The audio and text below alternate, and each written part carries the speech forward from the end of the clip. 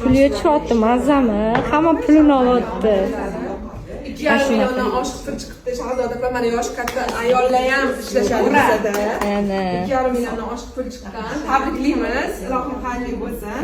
To'pchi olmayapman o'zim. Hali bundan ko'p daromadlar olasiz. Ketma-ket pulligini oshotdi. Eshitasizlarmi? Havas ketidan hasad deyshadi, xudo xolisa. Xudo xolisa demaymi buni?